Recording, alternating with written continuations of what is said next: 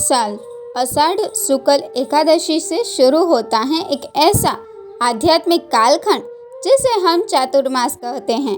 एक ऐसा समय जब स्वयं भगवान विष्णु योग निद्रा में चले जाते हैं और 4 महीने तक सृष्टि का संचालन दूसरे देवी देवताओं के हाथ में होता है। साल 2025 में चातुर्मास की शुरुआत होगी 6 जुलाई से। आषाढ़ शुक्ल पक्ष की एकादशी तिथि शुरू हो रही है 5 जुलाई को शाम 6:58 पर और समाप्त होगी 6 जुलाई को रात 9:14 पर।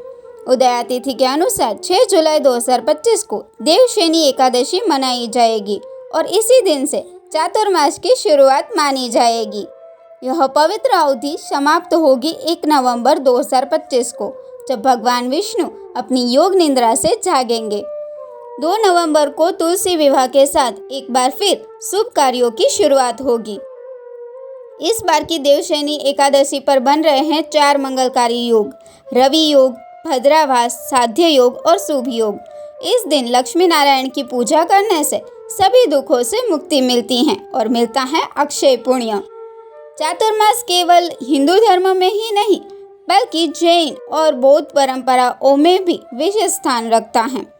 4 महीने की अवधि आध्यात्मिक साधना, व्रत, पाठ और तपस्या के लिए उत्तम मानी जाती है।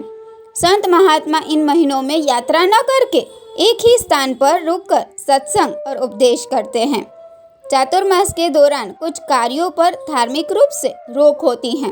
शादी, सगाई, गृह प्रवेश, मुंडन, नामकरण जैसे मांगलिक कार्य वर्जित होते हैं।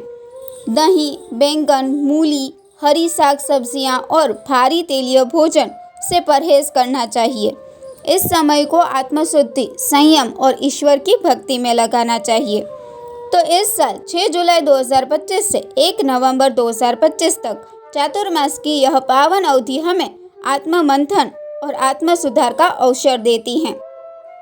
आइए इस समय को सिर्फ परंपरा नहीं बल्कि एक आध्यात्मिक यात्रा के रूप में स्वीकार करें।